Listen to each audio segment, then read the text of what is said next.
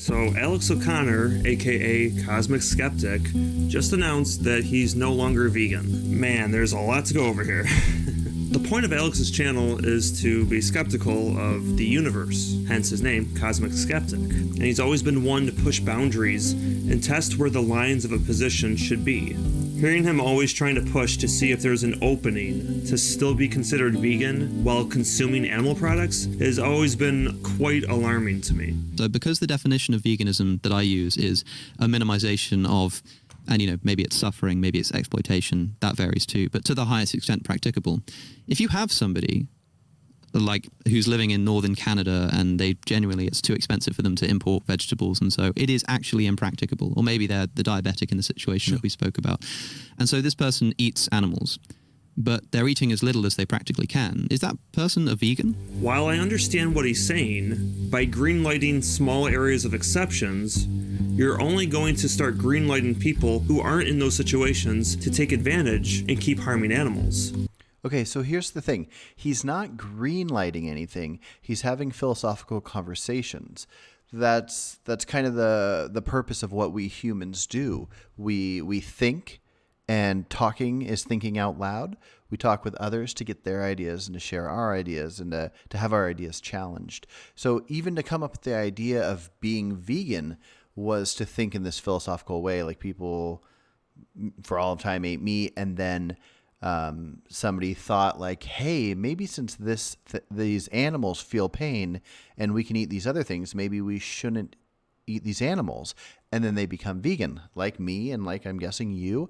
And I would even consider, depending on how you use the term, even Alex, after starting to eat some animals.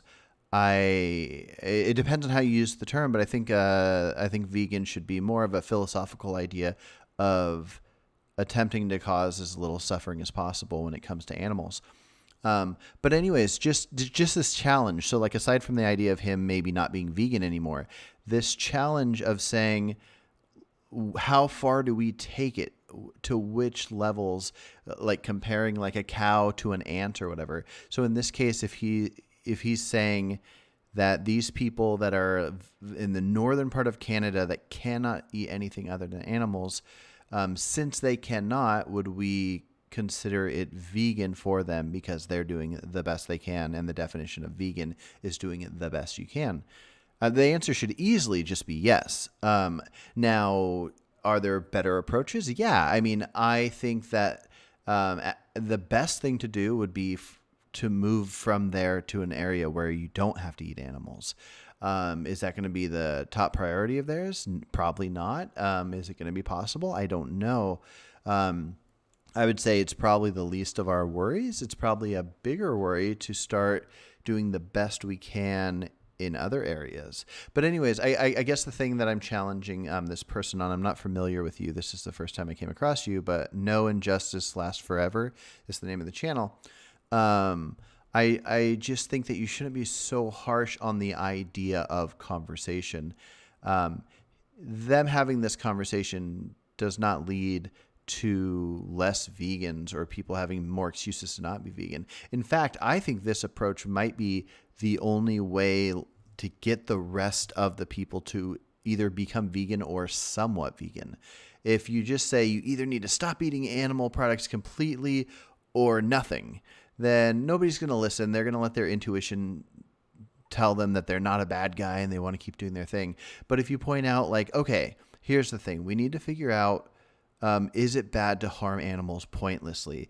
If you just punch a cow in the face, but you're not going to eat it, is that wrong? Is it immoral? And I'm guessing most people would say, yes, it's immoral. So then you try to figure out to what level that somebody thinks it's okay to do it for an amount of pleasure. So if you say that somebody, if somebody says they have to eat animals to be healthy, just go along with it. Be like, okay, you have to eat it to be healthy. So would you say that it's immoral to keep eating meat after you're full when you don't even feel like eating anymore?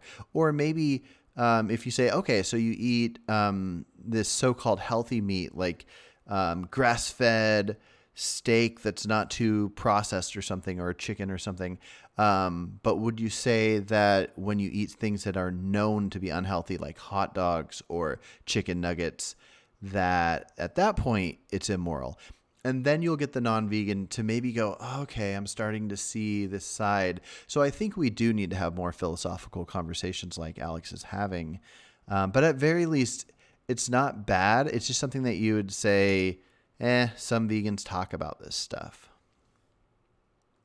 It's just enabling animal abuse. If by going vegan, you became 3 foot shorter, something like that. Maybe you're a basketball player. Maybe this is something that's very important to you. Is that the kind of health requirement that could be taken into consideration? Funny, because based off his last video, he doesn't look like he's shrinking. Granted, he is sitting down, but it doesn't look like he's lost 3 feet of height. Yeah, he's just giving an example. This is just an idea of a conversation. I'm a huge fan of hypotheticals because it stretches your imagination to figuring out how you feel. If you look at what you would do in a hypothetical, it doesn't affect the real world because that's not happening. So if you look at what would happen if every vegan shrunk 3 feet, was it 3 feet that he said? Just got insanely short. So you go from being your average person's less than 6 feet down to less than 3 feet. It might change how people act. Now, I don't know if it necessarily should. I don't know. Now, let's say that the healthiest height to be, which I'm pretty sure I've found out that scientifically the healthiest height to be is 5 foot. But that's complicated and look into it. But let's say the healthiest height to be was 3 foot. But then because of people eating animal products, they became 6 foot. And then if people started being vegan and then they went 3 foot again, then we could say, hey, well, even though it might have its downsides here, there, and whatever, you end up living 50 years longer. So somebody can live to 150 instead of 100 because they stopped eating meat and shrunk 3 feet. But if you look at it with his example, it's not saying that 3 feet's the best thing to be. So then the question is, what do we do? How much do we sacrifice for what things we care about? This is worth looking at. I can't see how this isn't a great way to look at to what level do you do it. And now he's giving an extreme that can't happen, but look at something that likely doesn't happen. I mean, from my understanding, it's you can live a perfect healthy life without eating animal products, and it's probably a healthier life. But let's say that didn't happen. So let's say you took a person and they stopped eating animal products, and let's say it led to a whole bunch of different concerns and issues. Let's say that in some rare case that I don't know, 0.5% of the population by not eating animals get some wild disease where they start getting weird spots on their skin, or they start feeling really weak, or they lose bone density or something. That would lead us to think about these elements, because similar to if you were in a wild situation, I know some vegans might say if they're on an island and starving and there was chickens or something, they wouldn't eat the chickens.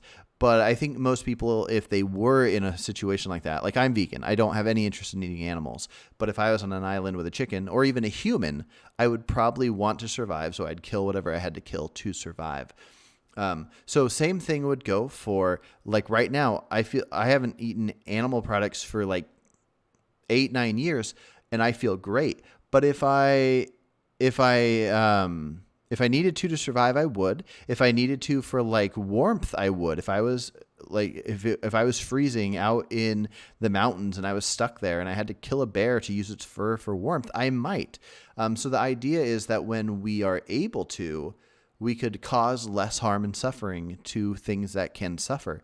And so, but when we aren't, then we aren't. And so it depends on how much you're willing to sacrifice. I don't know what I'd be willing to sacrifice. If not eating animals made me start to if a doctor said, oh, if you don't eat meat, we're going to have to amputate your leg because eating meat does this blood flow thing, I would probably go oh, it's a bummer. I don't want to kill animals, but I care about having legs, so I'm going to do it. So yeah, these are wild hypotheticals, but it challenges how we think. And if you're a person that wants to just blindly be vegan and go along with it, or blindly not be vegan and go along with it, then you can do that. But I think it's best to not do anything blindly. I think it's best to think these things through. After he did his Michaela Peterson interview, I started wavering my faith in him. And what I'm concerned about is just human suffering. And I know, and I'm biased from my experience and from what I've seen. She walked all over the animals, and he simply let her. And her position is that you need animals to be healthy. This is the moment he started becoming a pick-me vegan in my eyes. Okay, so the problem here, there's a few things. For one, when you talk to people, especially when you're actually talking to them, you aren't like a person that's on the internet that's just typing on social media and saying horrible things to each other. Usually there's some compassion because there's an actual human there. Another thing is, if you want people to see your side, you don't want to start attacking them. Now, sure, if you disagree with them, you should point it out. But the complicated thing with health is we have to go off what we can find out from like studies and what the experts can tell us as far as like doctors or scientists for what people think. Me and you, the person I'm doing this response to, we don't just naturally know what's the healthiest thing and can for a fact tell you exactly what's healthy. We go off of the studies we find. I try to follow as many studies as I can, and it seems like a lot of them lead to the right kind of whole food plant-based diet is the healthiest thing for humans, something maybe close to how chimpanzees eat. But also there are many studies that favor carnivore diet. There's many studies that favor various different diets that involve meat. There's a lot of keto people that'll eat tons of certain kind of veggies, and then they'll eat tons of like grass-fed, hormone-free meat, but then they'll be anti-dairy and anti-various different things. So there will be a general consensus on a lot of these things. But it would have been pointless for Alex to have countered Michaela because he can't just say for a fact, no, you're wrong, this didn't help. Now, my thoughts on Michaela and Jordan Peterson and the whole meat situation, what I think the mix-up is that since they started eating only meat, then whatever unhealthy thing they were eating that was messing with their body stopped messing with their body, so they thought the meat was what helped them. But I'm pretty sure if they stopped eating meat, but also stopped eating most processed foods, most processed sugars and oils and stuff, and they just ate a really healthy plant-based diet, they would have recognized the same thing, but I don't think they've tried that. So maybe that's a counter I would have brought up, but I don't know how much Alex thoroughly thinks of diet, so I think he was focusing on other stuff. But what I will say is, if like whatever autoimmune issues that Michaela had, if the only thing that would fix that and save her life is meat, then I would say that I think it's perfectly reasonable for her to eat meat, even though I don't think that we should cause suffering to anything that can suffer.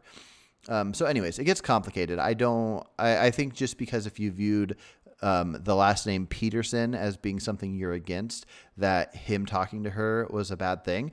I loved it when he talked to her. I thought that was great because what a wild combination.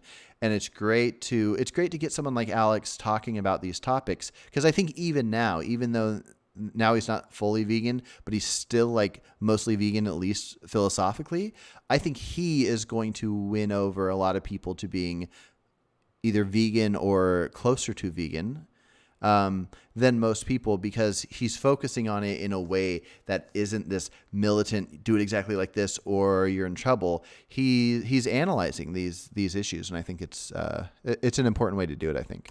He didn't speak up for the animals in the slightest. He didn't push back at all. But I wanted to give him the benefit of the doubt, seeing as he was still vegan. You can't expect everybody to say the perfect thing every single time, so I didn't really hold it against him. That extraordinary harm and mistreatment requires extraordinary justification. And we don't even have measly evidence, not even a shred of it. What happened to this version of Alex? He was very vague in his health issues, but I'm looking forward to hearing this extraordinary reason he's going to provide to cause extraordinary suffering. But I don't think we have to wait, because we all know such a reason does not exist. There's no health issue that can't be resolved through nonviolent means. Yeah, but he doesn't know that. If that is true, if what you just said is true, he doesn't know that. So if a lot of people go through this. I think Sam Harris tried to be vegan, and then he said that he felt sick not eating meat. A lot of people don't know various things, like when you're addicted to something like meat, when you go off of it, you might feel sick, even though it's not that you're feeling sick because the meat's gone. You're feeling sick because you're kind of going through a withdrawal. If you don't know that, then you think not eating the meat is making you sick. And so you can't magically make him know what maybe you know or I know, if we happen to be right. So yeah, if something made him feel like he was sick or weak or whatever, and it made him want to eat something, he's doing it, he's trying it. But the really cool thing about Alex is he seems like he is very focused on the idea of not making things suffer that can suffer. And so even if he, like he said in his message, I didn't read the whole thing, but I read enough. It seems like he, he added a little fish and maybe a little bit of something else in, and he might change that in the future. He's doing a thing, but most people, the majority of people eat tons, crazy amounts of meat. If half the world all of a sudden became what Alex is now, then that would be better than 1 million people becoming fully vegan. Think of that. Or maybe even 10 million. You could have 10 million people become vegan today, or 1 billion people become what Alex is today. We would want the Alex thing. There would be less harm caused by what Alex is doing than the other. So we really got to think more outside the box, and we got to think about what the problem is and what we want to work towards. Because the same thing, kind of most of what Alex talks about philosophically, is we're all causing some kind of pain here and there for various different reasons. And the question is, what are we willing to do to change it up? What elements of everything within our lives is changing it up? There's an awesome thing on that talk that you have the clips from, that Alex was talking to Earthling Ed. And, what was it? Oh, yeah, they were talking about the different things you eat. Like if you eat things that grow on trees, like apples and avocados and various different things, there's a lot less harm to animals than things that you eat that tractors have to go through and dig out of the ground, like onions, potatoes, and lettuce and stuff. And so they were pointing out that if you adjust to eating more of the things that cause less harm to the animals that are harmed by pesticides and tractors, that you're bringing less suffering. And that's such a fascinating thing. I actually never thought of that. And that's what I think is so great about the ideas that Alex brings up. Now, one thing they left out that I'll mention here that I don't think I've mentioned on any of my podcasts is I think there's a huge difference between killing something intentionally or killing something accidentally. So if we can be aware that animals will be at various different places, we have a tractor go through to get the veggies that we humans eat, and some animals are going to die, but we are going through to get the vegetables and the animals are dying. And so I view those deaths very differently than I view the idea of going out to kill something intentionally. Similar to when bears walk around, they're probably stomping on ants. And when we walk around, we're probably stomping on ants. We can't just not leave the house to hope that we don't stomp on ants. So I do think that when people bring up the idea of animals dying in the production of humans' vegetables, I do think that's an important element that people don't bring up. So you're welcome to use that in other talks that you have, if you like it, that is. But I think is a very important, awesome thing to think about is that element they brought up. Maybe it would be better to eat more apples and less potatoes because there will be less deaths. Anyways, I'm going to leave this here because I'm almost at 20 minutes. If you see this and want to have a conversation with me, come on the podcast. It looks like we have a similar size channel. Anyways, I'd love to talk about it. I'd love to talk about Alex or veganism or whatever. But yeah, anyways, that's it for this one.